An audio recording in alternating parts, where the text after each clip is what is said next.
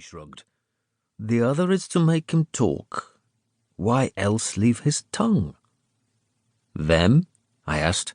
"The Scots?" Egil looked back to the mangled corpse.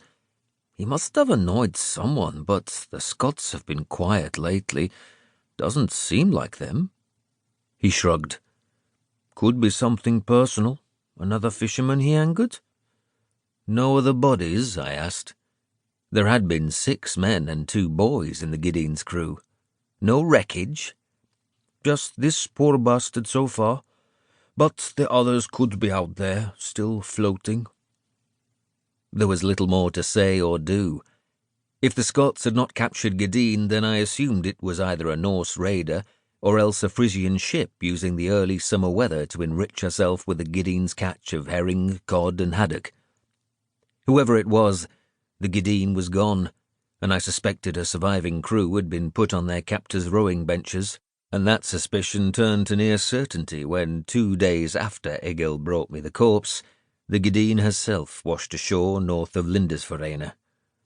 She was a dismasted hulk, barely afloat as the waves heaved her onto the sands.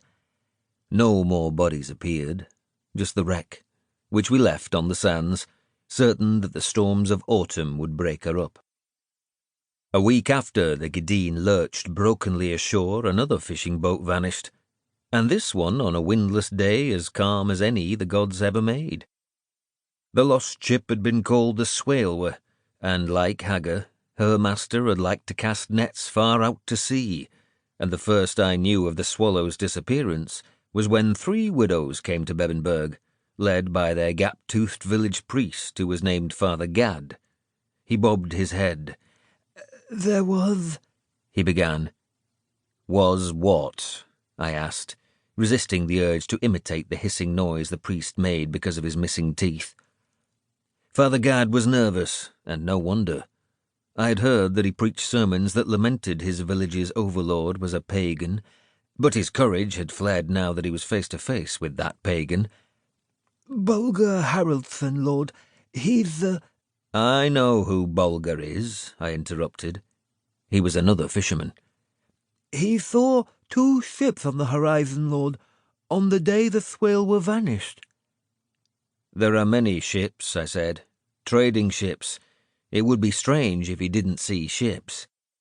"Bulger says they headed north, then south."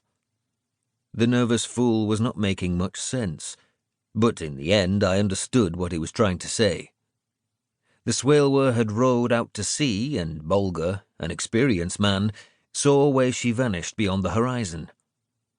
He then saw the masthead of the 2 ships go towards the Swallow, pause for some time, then turn back.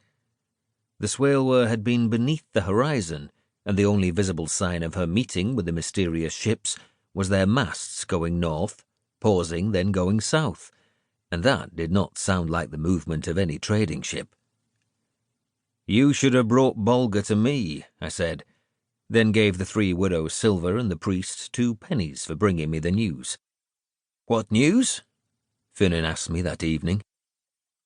We were sitting on the bench outside Bebbanburg's hall, staring across the eastern ramparts to the moon's wrinkling reflection on the wide sea. From inside the hall came the sounds of men singing, of men laughing. They were my worries, all but for the score who watched from our high walls. A small east wind brought the smell of the sea. It was a quiet night, and Bebbanburg's lands had been peaceful ever since we had crossed the hills and defeated Skoll in his high fortress a year before. After that grisly fight, we had thought the Norsemen were beaten, and that the western part of Northumbria was cowed. But travellers brought news across the high passes that still the Northmen came, their dragon boats landing on our western coasts, their warriors finding land, but no Norseman called himself king as Skoll had done, and none crossed the hills to disturb Bebbanburg's pastures, and so there was peace of a sort. Constantine of Alba, which some men call Scotland, was at war with the Norse of Strathclotter, led by a king called Owen, and Owen left us alone, and Constantine wanted peace with us until he could defeat Owen's Norsemen. It was what my father had called a Scottish peace, meaning that there were constant and savage